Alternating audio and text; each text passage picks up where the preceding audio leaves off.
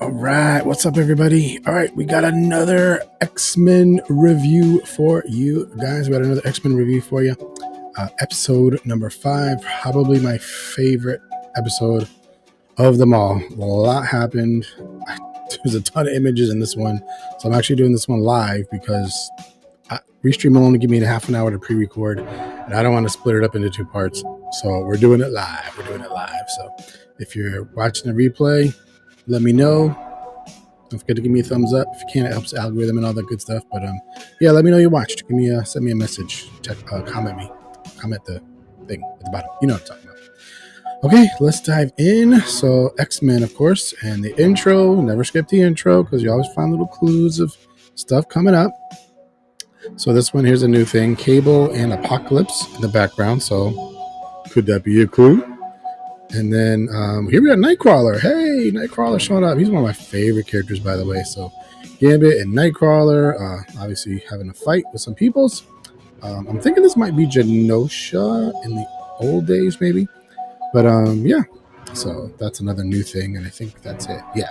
So then this starts off the story with Trish Tilby, the news anchor, and she's basically going to interview the X-Men and try to put them in a good light, talk about mutants, stuff like that. So, yeah.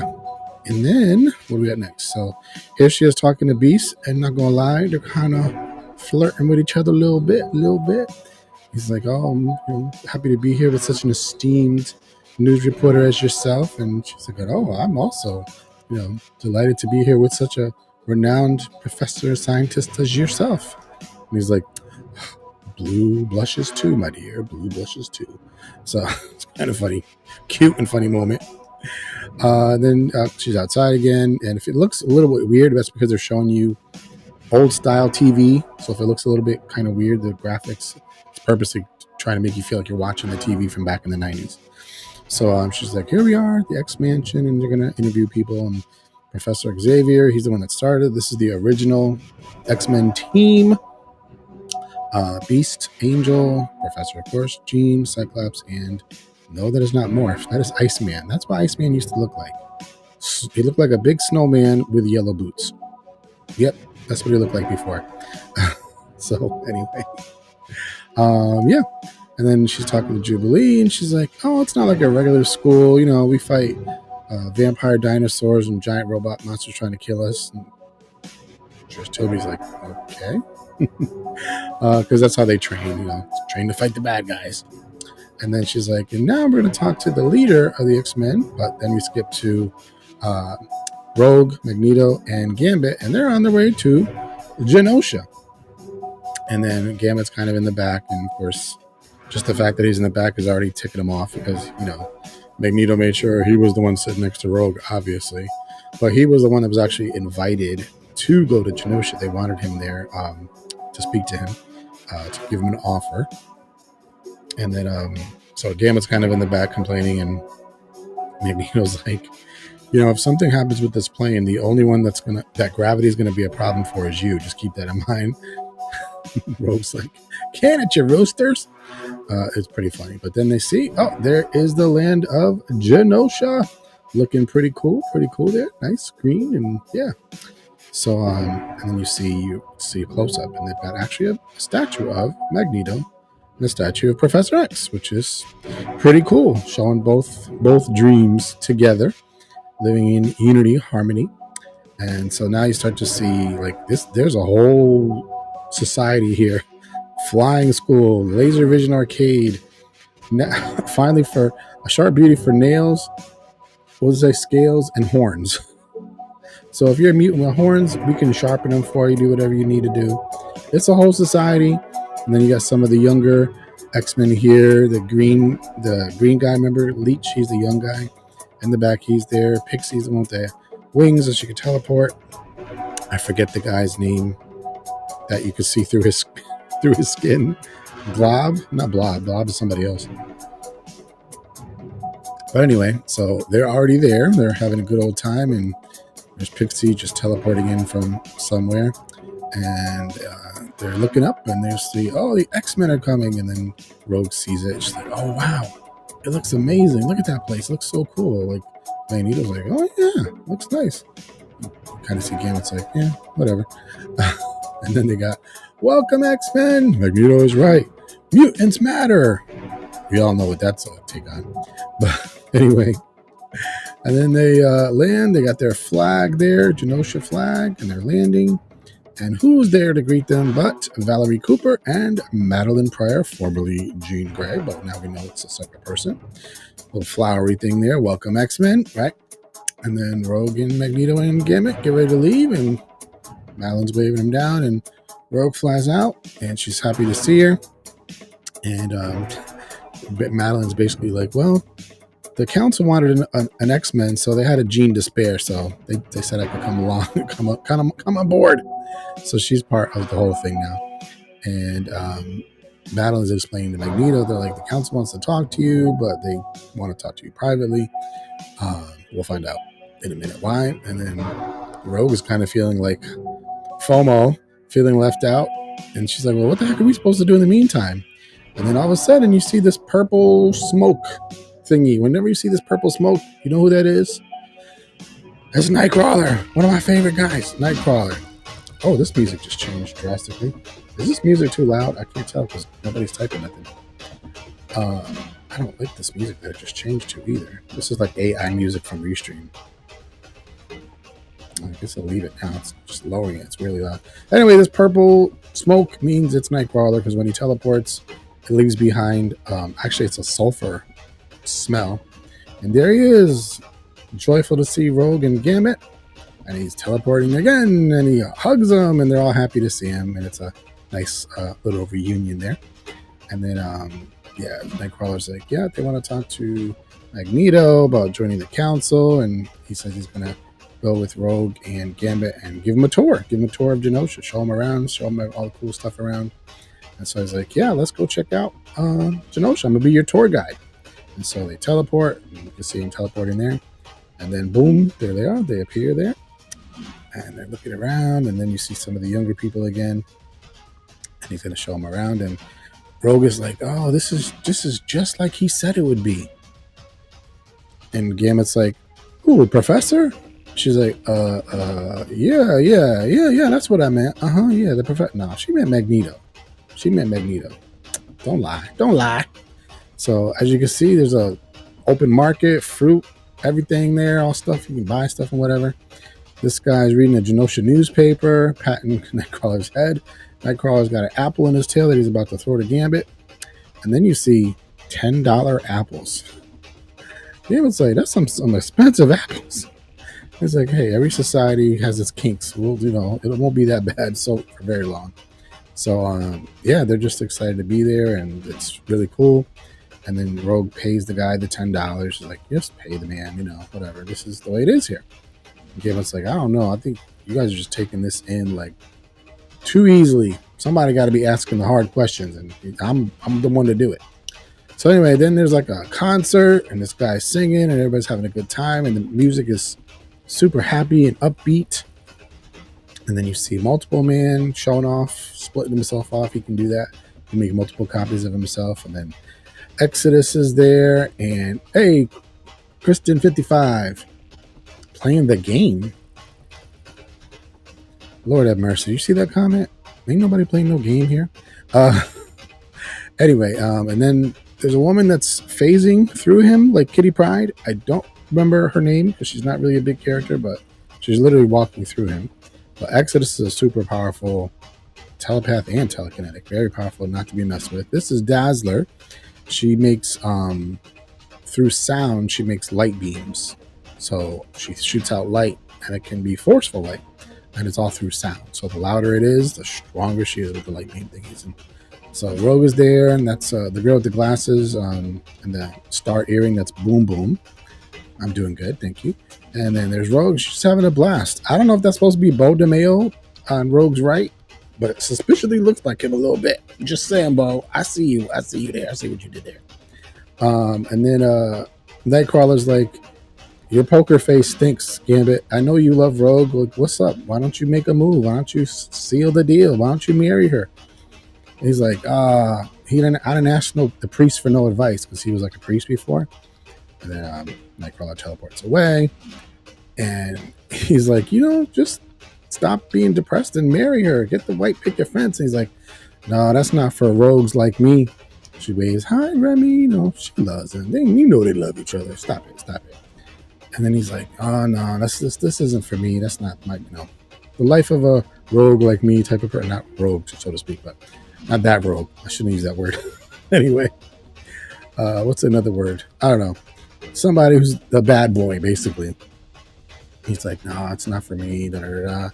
And Nightcrawler's like, you Americans, so theatric. He's so funny. So anyway, he's trying to give him advice and say, no, you should seal the deal, yada, yada, yada. And he keeps saying, no. Anyway, then we're back to the X-Mansion back in the States with Trish Tilby again. And she's about to interview Cyclops. And Cyclops, of course, he's the Boy Scout. He's the good boy. He's, whatever. And he's like, well, we X-Men try to blah, blah, blah. And he sounds so corny and rehearsed. And it's like, you can tell from her face even. She's like, oh my God, just act natural and relax, dude. Like, you're too much. His eyeglasses, the ones that protect him from the eye beams coming out of his eyes and killing everybody, keep shining on the camera. And the cameraman's like, hey, can you take your glasses off? And he's like, no. Why? Because he'll kill you. His eye beams come out, you're dead. So she's still interviewing him. She's like, oh, you and Jean are the power couple, and da-da-da. And then it shows Jean. She's in the little lake there, but she's like in the middle of it. She's parted the waters, and she's showing these little bubbles, and she's trying to sort her memories. Because remember, this is the real Jean. The other one, Madeline, was a clone, but her memories got kind of messed up and meshy, whatever. So she's trying to remember everything back to normal again. She's just sorting through her memories. And then Wolverine shows up, and he's like, oh, you're not going to be interviewed? She's like, nah, I'm just doing this right now. I'm trying to sort my memories. I'm not going to go in there, and then I don't even remember what memories are mine and which ones are not mine. And so she grabs him telekinetically, brings him over to her, and they're talking. And she's like, oh, she's going through all the different memories. She goes, mostly I remember Scott. She also remembers being the Phoenix. She goes, I was this malevolent cosmic entity. And Wolverine's like, the Phoenix. She's like, oh, that's right. You were there.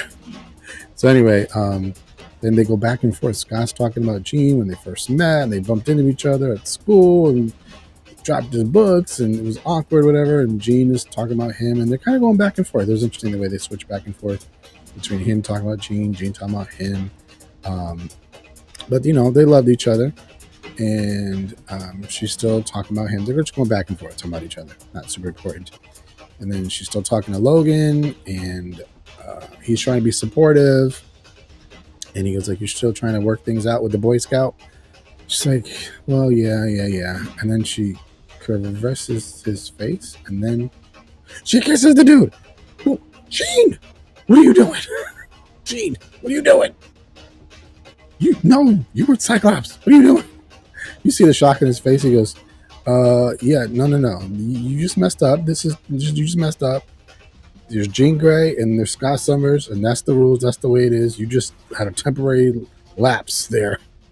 Them are the rules. That's the rules. So then Trish starts to probe a little bit more into his personal life. She's like, so I heard you had, you and Jean had a baby. And he's like, no, I don't. Me and Jean don't have a baby. She's like, well, that's weird. I saw records in the hospital that you and Jean had a baby, and she mentioned the doctor's name, and then he was like all ticked off. He was like, the doctor wouldn't even deliver my baby, and she's like, well, why did you lie though? Like, I'm trying to help you. I'm trying to help you and make people understand mutant kind. Like, why would you lie? And she's just trying to understand. Why are you lying? He's like, you want to know why I'm lying? Because you're normal. Because of people like you. That's the way why I have to live like this. Because of people like you. And thank God that we're not like you. Because if it wasn't for us, you'd all be dead. It's ticked off. He's like really heated. And he just gets up and walks away. And she's like, I don't, didn't mean to upset you. And he just leaves. So then we're back to Genosha again, and this is the White King of the Hellfire Club, Sebastian Shaw. His power is when you hit him, he gets stronger. It's weird, but effective. Then we got, started from the right, there's Madeline, Magneto, of course, Moira McTaggart sitting down, and Banshee, the guy sitting next to her, sitting down, and the woman standing up in the back is Callisto from the Morlocks. You might remember her. I think she was in something previous. But yeah, this is the council. This is the council. And then White Queen, of course, she's petty as could be, and she's like, I don't know who invited a human to be part of the council, and that's Moira McTaggart. Interestingly enough, in the comics, she is no longer, she never was a human. Well, all mutants are humans, they're just a variation. She was always a mutant, but nobody knew that, and she kept it a secret. But anyway, so since Emma Frost, the White Queen, is criticizing Madeline's like, she's such a fierce advocate for mutants, that's why she's here, she deserves to be here, blah, blah, blah. And then I started talking to Magneto, and like, we want you to be like Chancellor, we want you to be the head of us, you be our representative, you know. Look at the big statues we have of you and Professor out there. Professor ain't here, but you are, like, and they want him to be like the representative, and they're discussing it. And he's like, I don't know. And they're trying to convince him. And he's still talking. And then he's looking, and Moira's like, Professor X said, you gotta dream big. And I almost said Jean. Madeline's like, you gotta think about what the professor wanted. And I think he would want you to do this to carry on his legacy and his dream. And he's like, all right, you shall have me, but under one condition. And the condition is, he wants Rogue to basically be his consort, queen to him being king, basically. Then he tells her about it, and she is ticked. She's like, I'll knock you to the North Pole, which is hilarious. Like, North Pole, okay, sure. And then he's like, I need you to do this with me. I need you to help me. You know, you're 4 mutants. You want to help, blah, blah, blah. And she's like, oh, you're trying to just, you know, I know what's going on here. You just want me to be your queen. You think we're getting back together? We can get back together, da, da, da. And she thinks he's like just being selfish and using her. Like, it's not about the politics part of it. He just wants her. And they're just arguing pretty much back and forth. And he's trying to convince her this is not for anything but to help the Genosian people, to help our nation, to help the people, our people. This is to help us. Isn't that what you want to do, is help people? So they're arguing back and forth. You'll see it if you watch the episode. I'm not going to get into all that. But yeah, he's trying to convince her. He's like, come on, will you do this with me, please? And then you can see from here, she's like, thinking about it. Back to the X Mansion in the States again. You see Scott and Jean there talking, and they're in his bedroom. He's holding her hand. And then, interestingly, they show you once in a while, you see his eyes behind the glasses. You don't see that very often in the animation. So that's pretty interesting. And she's like, describe the baby to me. And he's like, oh, well, I can't. And I did not catch this when I first watched this. I only caught it now when I was doing this review preparation. He goes, I can't see color, but up here, I see that he's got the brown eyes and the rusty hair. I'm like, I totally didn't catch that. And I'm like, wait, you can't see color, but up here you can? Where's up here? Where are you? I didn't pick that up at all the first time, but now I did. And then they're showing the picture of them in the hospital. The baby was just born. And she's caressing him, obviously, expressing affection and love, and they kiss. And then all of a sudden, whoa, something happens. What's going on? Why does the bedroom look like this? Whoa, where are we? Up here? Are we in the astral plane? Remember the astral plane from before when Madeline and Jean were fighting? They're not in the bedroom. They're in the astral plane. It's like another plane of existence where the mind exists, and mind can exude powers and stuff. And there's Jean. That wasn't Jean with Scott. It's Madeline. Ooh. Madeline, Scott, what are you doing? And she's like, will you excuse us, Madeline? And she basically kicks her out. And then Madeline's like, oh. And then spirit basically goes back into her body in Genosha. And then you can tell something happened because she was like, oh, whoa.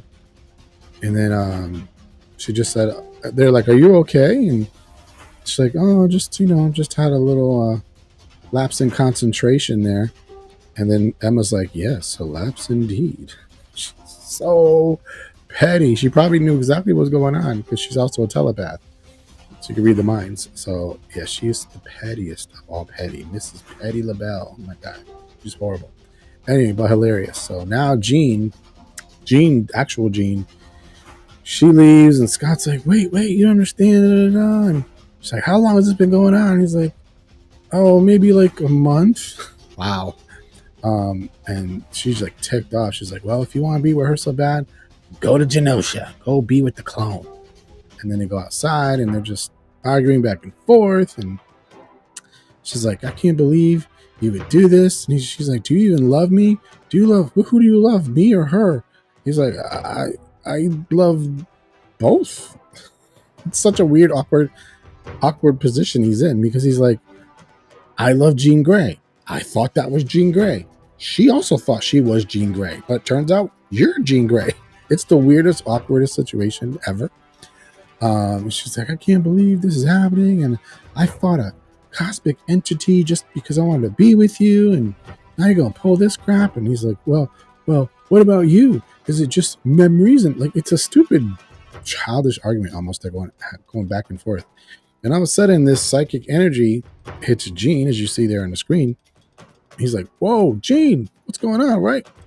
And then we switch back to Genosha, and there's Gambit. He's getting ready for this big party, this big gala.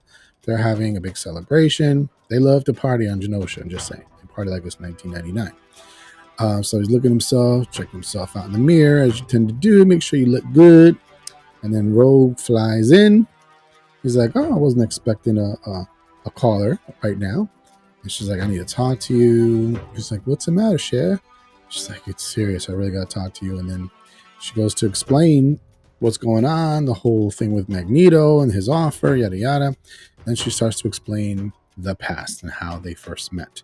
And she said, my evil mother, who you see the blonde there, that's actually Mystique, but they never say that. In the comics, it's Mystique. I don't know if they're going to change that here, but this is her stealing a guy's power. Not stealing, but temporarily borrowing a guy's powers. And then she goes, my mom took me to this man that said he could probably help. And who is it? Oh, it's Magneto. Again, they don't know each other yet. So she's like, he seemed nice enough. He seemed cool. And then he's taking her to his big library. And he's like, he was telling me about all the wondrous things and ideas and plans that he had for Genosha. And, you know, how mutants could have our own society and everything. And she was just kind of enthralled by him and his vision and stuff. And so he was like, yeah, we're going to have mutant art and mutant fashion and mutant this and mutant that. And there he is painting a picture of her with magnetically controlling the paintbrushes. Yeah, so she's like definitely enthralled with him. Maybe has a crush on him, right? Now they're at dinner and she reaches to get a cup that he's passing to her. And then all of a sudden she notices like some spark thing happened between them. And it's because of his magnetism.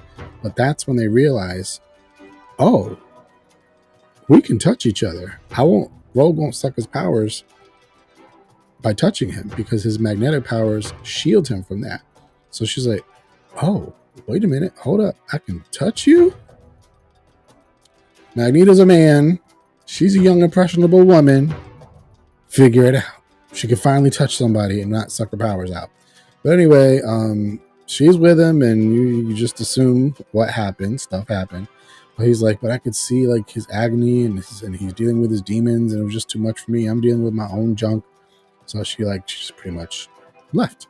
So she is explaining all this to Remy, to Gambit. And he's just chucking cards in the fire as he's listening to her. And then he picks up the Queen of Hearts. And we know that card represents her, Rogue. So he's like, so what are you going to do? Did you decide? Are you going to be with him or what? He's like being totally cool about it. She's like, but I need you to understand, like, I can't touch you. I can't touch you, Remy. She's like, I know your heart wants me, but I can't touch you. Look, it's a lot. He takes the card, the Queen of Hearts, throws that one into the fire. It's like, well, basically symbolizing that's the end of this relationship. And she's like really upset and crying, and she's tell him like, I do care for you. I love you, but I can't have a real intimate relationship with you. I can't touch you. I can with Magneto. It's Nothing against you. I like you and I like him. It's like, make up your mind, girl. You give me a headache. So anyway, he's like visibly upset, of course, because he does love and adore her. But, he's going to abide by his wishes, and she's crying too. And then he takes her hand and he says, well, we be friends then, mon ami. So he's like, we'll just be friends. That's it. It's your decision. You're going to be with him, then we'll just be friends, and that's it. He took it very well. I don't know if I would take it that well. He did it very well. Now, for the discerning viewer, maybe for those with really, really big TVs, this looks like just a picture of outer space. But on the far left, wait, right here, right above here, where I'm pointing here, there's a sort of an image there. And if you can look at it very carefully, that's the Watcher. The Watcher only shows up in extreme situations where something historical is about to happen. And a lot of the times, it's not something good. It's not something good. Just saying. So I missed that the first time around. I saw it when I was watching other reviewers on YouTube. I was like, how did I miss that? But anyway, here's the party. Here's the celebration. They got fireworks and the lights and everything. They love to party. Here they are. They love to party. So everybody's having a good time. And Madeline is there with Gambit. Chit-chat with him for a bit. And then there's Magneto, the White Queen, and Sebastian Shaw, the White King. And Valerie Cooper is like, we need to have an emergency meeting right now. Something's wrong. And Petty Emma says, is it your dress? Patty, you are so petty. Oh my gosh, it's hilarious. She's so petty. Anyway, so they're explaining about Rogue. Magneto wants Rogue to be at his side if he's going to rule there with them.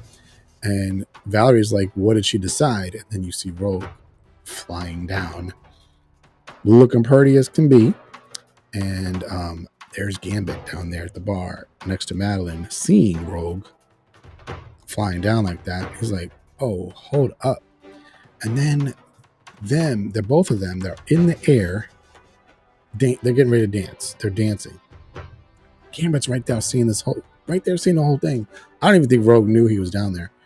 And they fly up even higher, and then they start dancing. I'm like, bro, right in front of Gambit. So Gambit left. He's like, I'm out. I'm not watching this. So he left, and they're just dancing away. And then all of a sudden they kiss in front of everybody, and everybody's like, what? Oh snap! They're kissing. This is serious. Everybody's like, oh. You can just tell that's what they're thinking. Then remember how Jean got zapped with that psychic energy? Guess what? Madeline also got hit with that psychic energy. And so I think this is actually intended to be happening at the same exact time. When it happened to Jean, it happened to her. So whoever's doing this maybe doesn't know that there's two exact same people. So it's going to both of them because they're really the same person, really. So we go back to Jean, and there's Jean. She's actually bleeding out of her nose because it hit her so hard. Madeline too. She's also bleeding out of her nose. So that's let you know that this is literally happening at the same time. And then Rogue's like, you know what? I think Remy was right. It's not all about being able to touch each other. And she basically tells Magneto, I can't do this.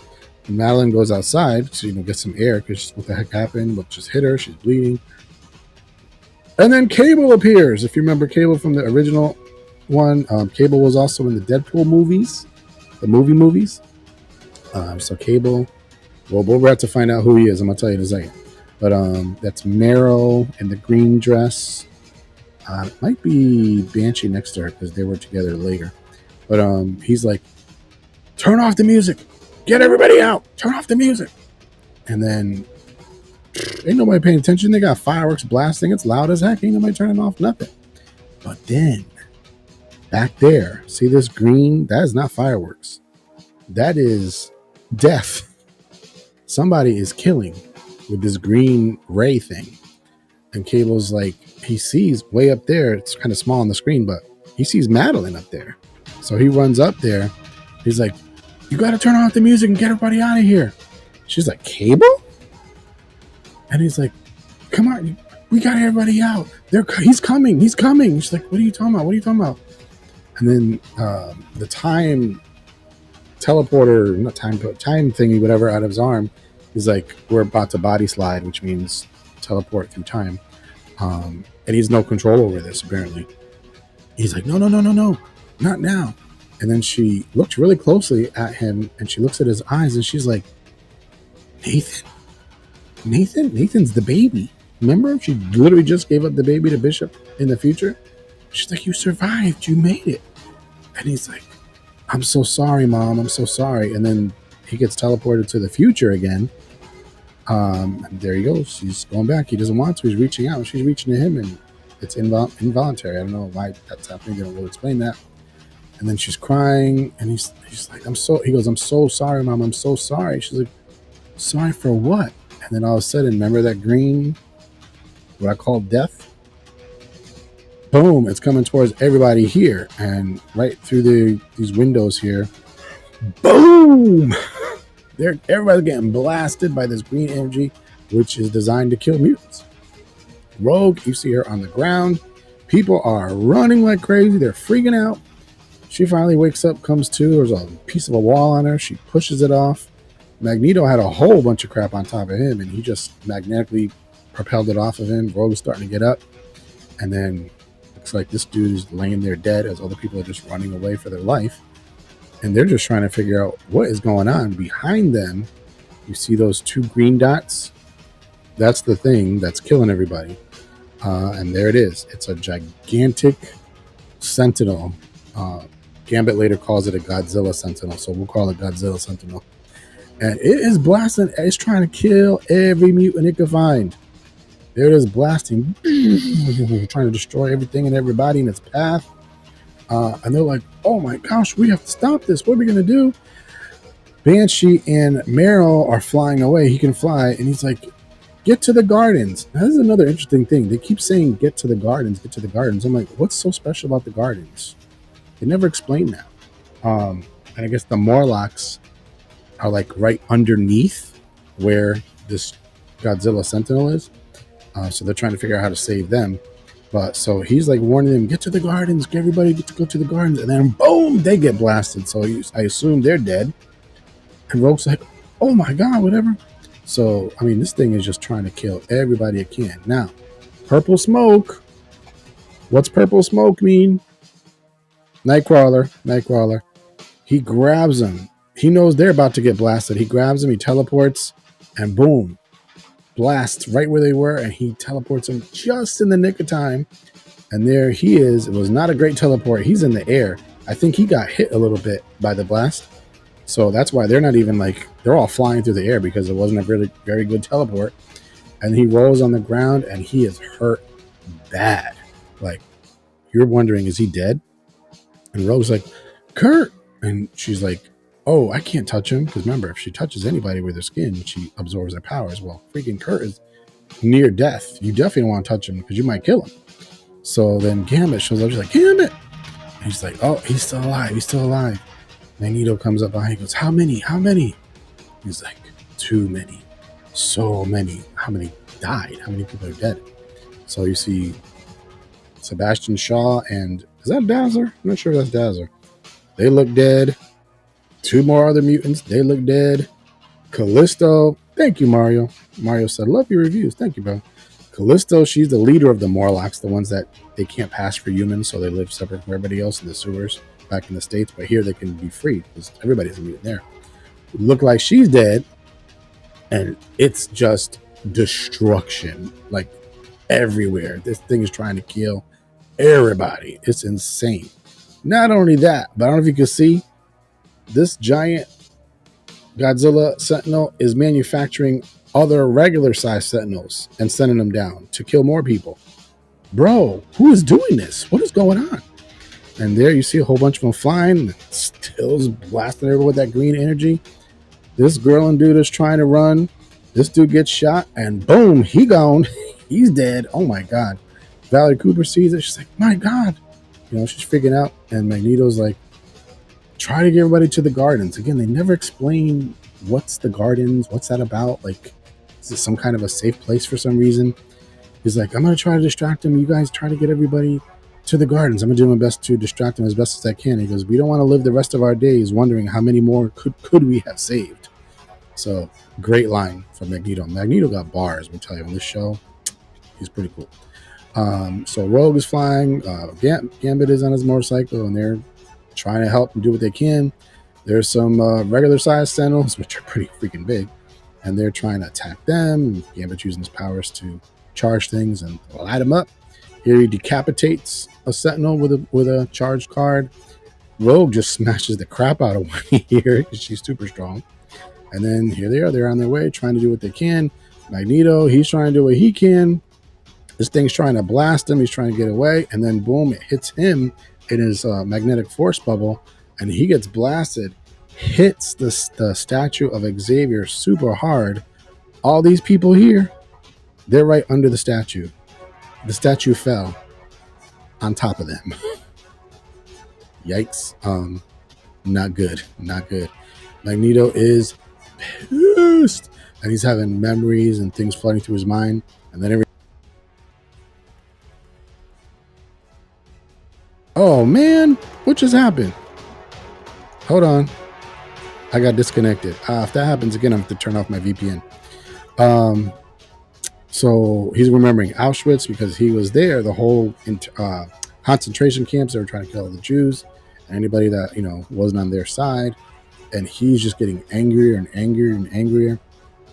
And this dude, he took a whole train, looked like an Amtrak train, a whole train, and chucked it at the Godzilla Sentinel. Boom! Okay? The Godzilla Sentinel's trying to retaliate, and if that wasn't bad enough, now he's taking the train and he's whipping it at the thing. But this thing is not going down. Now here's the Morlocks again. They don't look like regular humans. They can't pass. So they're freaking out. They're trying to hide, and they're literally under this thing.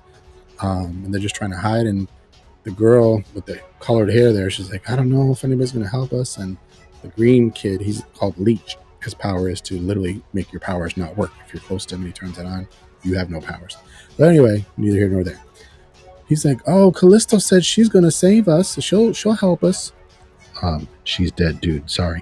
And if not, Magneto, he promised he was going to keep us safe. He's a little busy now. And then all of a sudden, mutants detected. You see this red light and they're freaking out. Oh no, they found us. They found us. The Sentinel found us. And there's the green lights coming out, the eyes. And then, oh, Gambit found you too, sucker. And he is pouncing on this thing and destroying it. Charges up one of his cards, blasts it in the head, and it's all gone. He's like, bonsoir, mon ami. Come with me, whatever. So you could tell Leech is like, see, we okay. We gonna be all right. We gonna be all right. And then they're running away. And then Magneto, boom. He's like, some of them knocked him back. And the train, now that he's knocked out, the train is not under his control because he's knocked out. It's about to fall on them.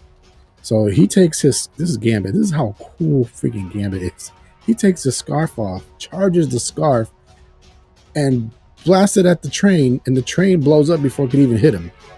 Bro, what? Godzilla Sentinel's like, Omega level mutant detected. That's not good. That means a super, super powerful mutant. Super powerful mutant. And Leech is freaking out. He's there with Magneto because Magneto, you said you're going to protect us. And Magneto's like, he's going to try his best to do it. And this thing is getting ready to blast him. He's the Omega level mutant, Magneto. And Rogue is like, oh, heck no. And it's blasting Magneto. And he's using his powers to try to make a shield to defend him. And it's blasting him. Rogue is like, we got to do something. She's trying to, look, she's feeling the power too. And here he is. He's alive. He's trying to keep them alive, with his powers.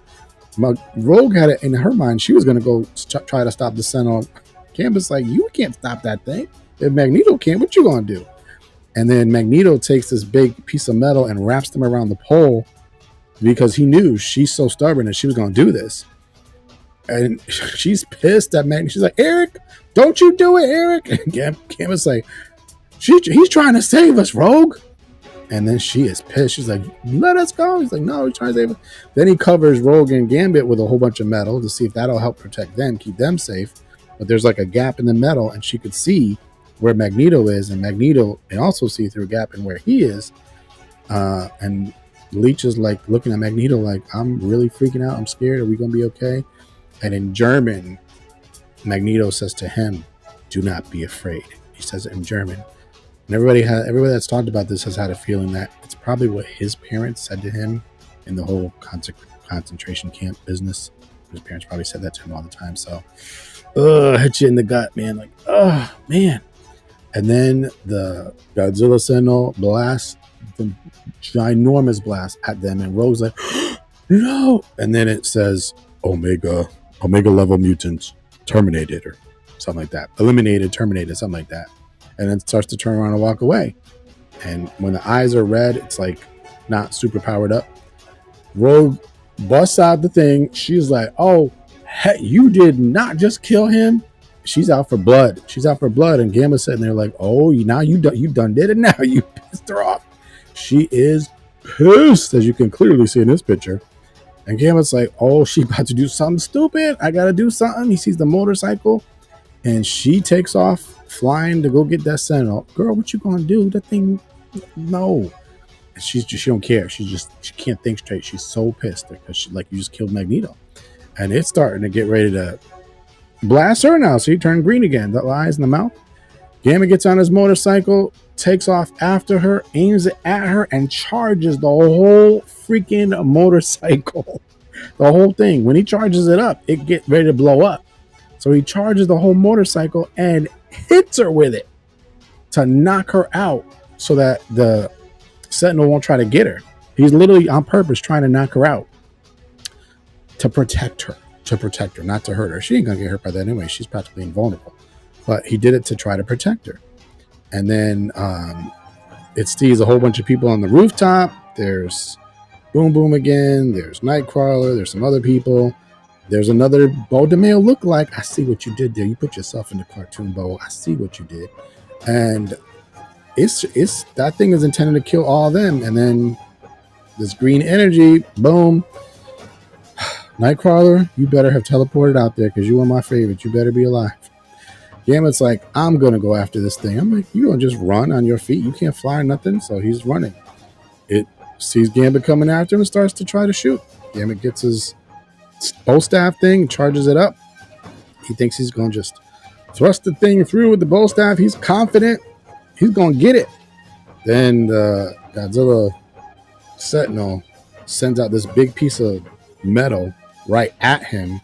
And then all of a sudden you hear, and you're like, oh no. No. And you see his face. It gutted him. Bro, you cannot kill Gambit. What are you doing? It gutted him. And there he is. He's like, ugh. And it's just, he's hanging there by this metal thing coming out the thing. And then he's like, he goes, mutants threat neutralized or something. And Gambit's like, mutant? I got a name, sucker. I'm saying that part. He's like, the name's Gambit. And then all of a sudden, Gambit, remember his power is purple. He is charging something. He's still alive. He's getting ready to charge something. Oh, he's charging that piece of metal that came out of the big Godzilla Sentinel. Look at this. He's charging the whole flipping thing. The whole Godzilla Sentinel. He's getting ready to charge it. And when he charges it, it blows up. And you see it. It's happening. He's charging the whole thing like, you are this powerful, dude. And then he grabs it with his hands to charge it even stronger and make sure it's going to really, really blow up. And then the name of the episode, remember it. He says before, my name is Gambit. Remember it. And he used to say that every so often in the old version of the cartoon. And the whole thing blows up. Boom! Finally, somebody got this thing. And it was Gambit of all people. So, yay, you got rid of it. But Gambit, Back to the States. They're watching from that mansion. The news, they're like, Genosha's been attacked. Look at the destruction. And they're like so upset. Beast is practically crying.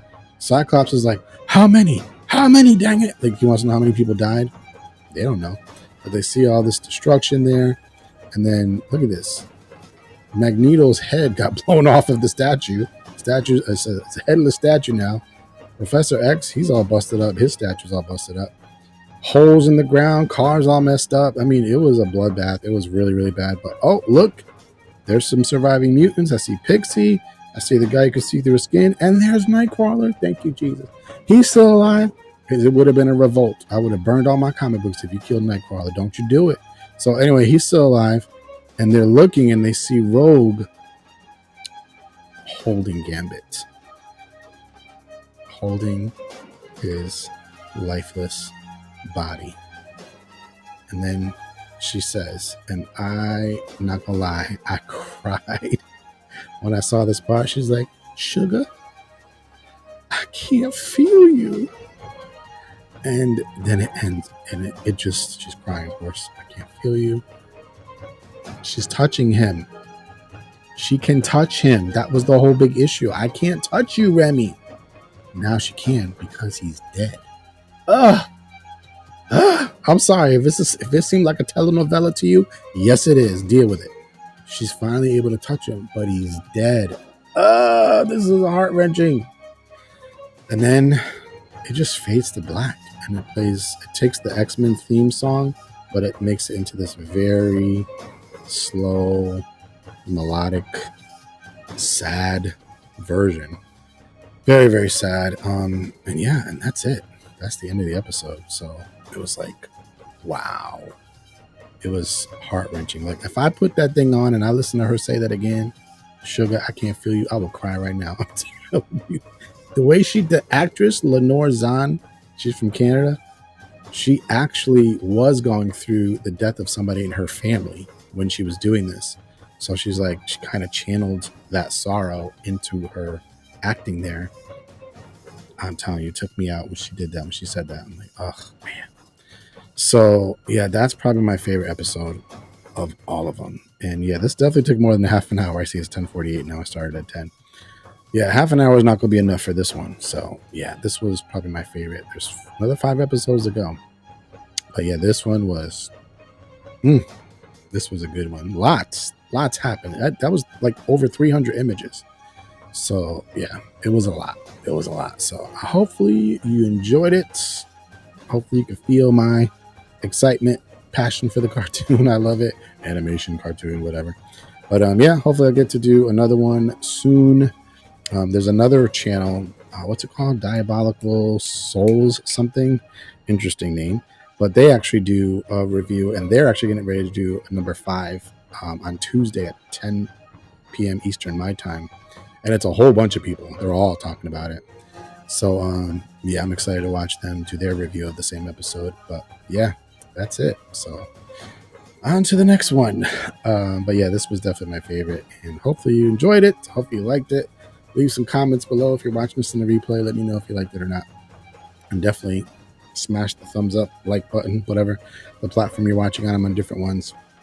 But, yeah, that's it for me, guys.